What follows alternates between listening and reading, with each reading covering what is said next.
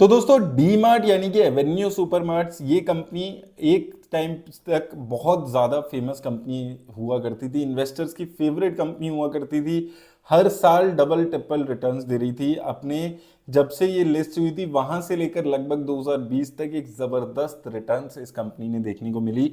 ये कंपनी काम क्या करती है, बहुत सारे आपको इसके स्टोर्स दिख जाएंगे जिसमें ये अलग अलग तरीके के जो सामान है वो आपको अवेलेबल होते हैं। ऑलमोस्ट सारी टाइप की जो एसेसरीज है इसमें FMCG, general merchandise, apparel product, सारी कैटेगरी के प्रोडक्ट्स आपको एक जगह एक छत के नीचे मिल जाते हैं और थोड़े से डिस्काउंटेड रेट्स पे आपको मिल जाते हैं। सिंस डीमार्ट जो है वो बहुत सारा बल्क परचेज करती है, उनको फायदा मिलता है उसका, और वो फायदा वो रिटेलर्स को पहुंचा रहे थे और इस वजह से एक काफी फेमस कंपनी आप यहाँ पर मान सकते हैं और एक अच्छी खासी ग्रोथ इस कंपनी ने काफी टाइम से दिखाई। लेकिन 2020 के बाद थोड़ा सा ऑनलाइन में जैसे ही चीज़ें शिफ्ट हुई, ये ब्लिंकिट में आपको देखा, ब्लिंकिट, इंस्टामार्ट, जेप्टो जैसी एप्स लॉन्च हो गई और बहुत सारे लोग ऑनलाइन ऑर्डर करने लगे।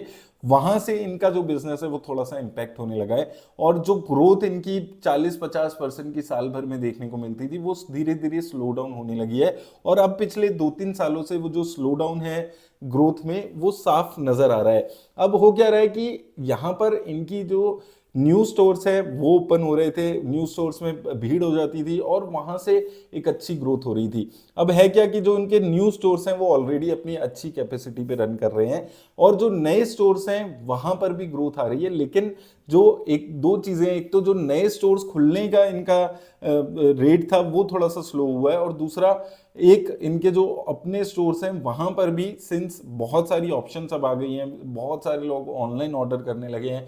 सिंस लोगों के पास बहुत ज़्यादा टाइम नहीं होता, वीकेंड पे लोग सोचते हैं कि कहीं घूम लें, कहीं चले जाएं, रादर देन शॉपिंग के, वो भी घर के सामान की शॉपिंग के, तो लोग जो अर्बन, एटलीस्ट जो अर्बन इंडिया है वहां पर ये फिनोमिना ज़्यादा देखा जा रहा है जहां पर ब्लिंकिट, जेप्टो, यहाँ से लोग फ्रिक्वेंटली ऑर्डर करके अपना सामान मंगा लेते हैं और वहां पर भी कुछ डिस्काउंट्स आपको मिल जाते हैं। तो इसका इम्पैक्ट डीमार्ट के ऊपर डेफिनेटली आया है ओवरऑल और इनकी जो सेल्स है, प्रॉफिट्स है, उसमें ग्रोथ थोड़ी सी कम हुई है और इसका कॉरेस्पॉन्डिंग इम्पैक्ट इनके शेयर्स पे देखने को मिला है और 3 साल से पिछले कोई रिटर्न्स यहाँ पर देखने को नहीं मिली है। एक हायर प्राइस टू अर्निंग वाली कंपनी जहां पर ग्रोथ रेट रुक जाएगी तो वहां पर यही हाल देखने को मिलता है। ऐसा ही आपको कुछ अभी ट्रेंड में देखने को मिल रहा है, वहां पर भी सिमिलर आपको ट्रेंड देखने को मिला है कि एक टाइम पे बहुत जबरदस्त ग्रोथ आई, उसके बाद धीरे धीरे ग्रोथ स्लो डाउन हुई और उसका इम्पैक्ट उसकी since high price to earning की कंपनी थी वहां पर आते हुए नजर आ रहा है। अब यहाँ पर अगर आप देखें एवेन्यू सुपरमार्ट्स को तो ऑल्दो इसका जो प्राइस टू अर्निंग है वो कम हुआ है और ऑलमोस्ट अपने काफी नीचे के लेवल्स पे चल रहा है, लेकिन अभी भी 90 की प्राइस टू अर्निंग वाली ये कंपनी है। और अगर हम ग्रोथ रेट की बात करें तो एक साल में प्रॉफिट की जो ग्रोथ है वो स्लो डाउन हुई है, हालांकि सेल्स की जो ग्रोथ है वो अभी भी इंटैक्ट है। लेकिन अभी आपको 10 साल में 29% की ग्रोथ दिख रही है, लेकिन आज से 2-3 साल पहले देखते तो ये 30-40% के आसपास की ग्रोथ थी। और यहां पर भी अगर आप देखेंगे, आप देख सकते हैं यहां पर इनकी जो 2014 से 20 तक का अगर आप देखेंगे तो लगातार सेल्स में 30-40% की ग्रोथ दिख रही थी। प्रॉफिट्स में एक जबरदस्त ग्रोथ आपको 40-50% की टिल 2020 तक देखने को मिल रही थी। उसके बाद 2022 से 23 जो पेंटअप डिमांड थी उसकी वजह से सेल्स में जबरदस्त ग्रोथ आई, प्रॉफिट्स में जबरदस्त ग्रोथ आई, लेकिन उसके बाद धीरे धीरे सिंस इनका जो बेस है वो भी थोड़ा सा हैवी हो गया, 42,000 करोड़, 50,000 करोड़ यहां तक इनकी सेल पहुंच गई। तो जो बेस है वो हैवी होने की वजह से एक तो ग्रोथ रेट स्लो हो गई और प्रॉफिट में भी आप देखेंगे जो मार्जिन हैं उसको ये वक्त के साथ इंक्रीज नहीं कर पाए हैं, क्योंकि इनका जो एक एडवांटेज है वो यही है कि ये बहुत ज्यादा डिस्काउंट देते हैं रिटेलर्स को जो आते हैं, तो इसीलिए लोग ज्यादा से ज्यादा यहाँ पर आकर शॉपिंग करते हैं। और अब पिछले एक साल में आप देखेंगे तो जो ग्रोथ है प्रॉफिट की वो लगभग फ्लैट होती हुई यहाँ पर नजर आ रही है। ऑल्दो जो सेल्स की ग्रोथ है वो अभी भी 15% पे ग्रो हो रही है, लेकिन आपको एक चीज समझनी है, 15% की ग्रोथ 80, 90, 100 प्राइस टू अर्निंग की कंपनीज के साथ नहीं चलती है और यही होते हुए नजर आ रहा है कि एक टाइम पे इसकी जो प्राइस टू अर्निंग थी आप देखेंगे 120, 150 के आसपास पहुंच गई थी। यहाँ पर तो देखेंगे आप 250, 300 की प्राइस टू अर्निंग तक भी एक टाइम पे इसका शेयर पहुंच गया था। 2018 में 200 तक भी पहुंचा है, तो 200, 250, 150 इस लेवल की प्राइस टू अर्निंग्स इसकी चला करती थी और एवरेज मीडियन आप सिंस जब से लिस्ट हुआ है तब से 120 की प्राइस टू अर्निंग है और शेयर ने भी जबरदस्त रिटर्न्स दिए है। शुरू में जब से ये लॉन्च हुआ है तब से आप देखेंगे ₹600 से शुरू हुआ था और एक टाइम पे ₹5000 के आसपास पहुंच गया था।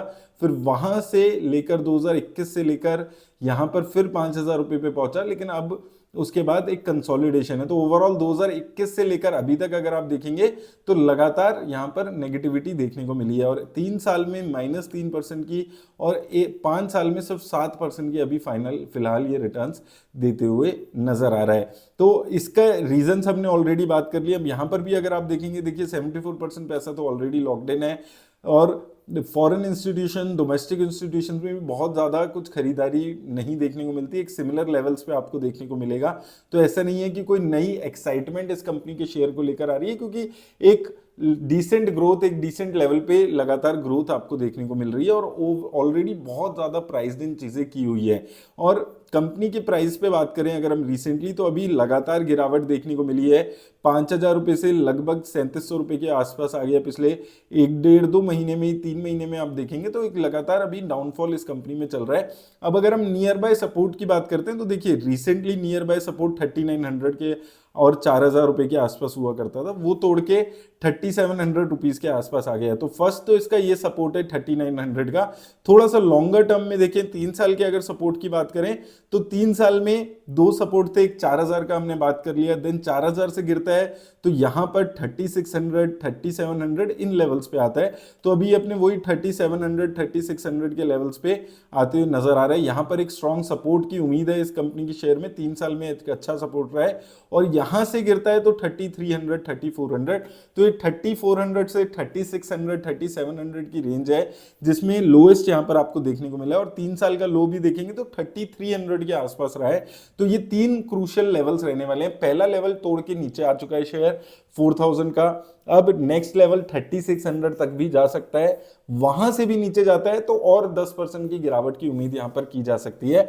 अभी देखिए बहुत ज्यादा ग्रोथ नहीं आ रही है, हाई प्राइस टू अर्निंग वाली कंपनी है, तो एक कंसोलिडेशन होती हुई नजर आ रही है। 3600 3500 इन लेवल्स पे नीचे आ रहा है, ऊपर 4000 4400 इन लेवल्स पे जा रहा है, और वही एक आपको मूवमेंट इसमें पिछले 3 साल में देखने को मिल रही है, जैसे हमने यहाँ पर चार्ट्स में देखा है। और मुझे लगता है कि थोड़े से और टाइम, जब तक ये वक्त के साथ वैल्यू करेक्शन नहीं होगी, कि आप देखें ये करेक्शन होते होते अभी शेयर की जो प्राइस टू अर्निंग है वो 120 की, जो मीडियन है वो 89 की आ गई है, और इससे भी रीजनेबल थोड़ी सी होते होते यहाँ पर टाइम लग सकता है। तो ये शेयर लंबी कंसोलिडेशन में चल सकता है, बहुत ज़्यादा लॉन्ग टर्म इन्वेस्टर्स के लिए शेयर नहीं है। ट्रेडर्स जो 3300 3400 3500 की रेंज से और ऊपर नीचे नीचे सपोर्ट पे बाय और ऊपर रेसिस्टेंस पे सेल करने वाले लोग हैं, वो ट्रेडिंग के पर्पज से हाई रिस्क इन्वेस्टर ही इसको देख सकते हैं। लेकिन याद रखिए किसी भी तरह की इन्वेस्टमेंट की राय नहीं है, ये की सपोर्ट और रेसिस्टेंस है जो आपको यहाँ पर चार्ट्स पर दिख रहे हैं। किसी भी तरीके की इन्वेस्टमेंट की राय नहीं है। कोई कंपनी में इन्वेस्ट करें तो अपने फाइनेंशियल एडवाइजर से बात जरूर कर लें।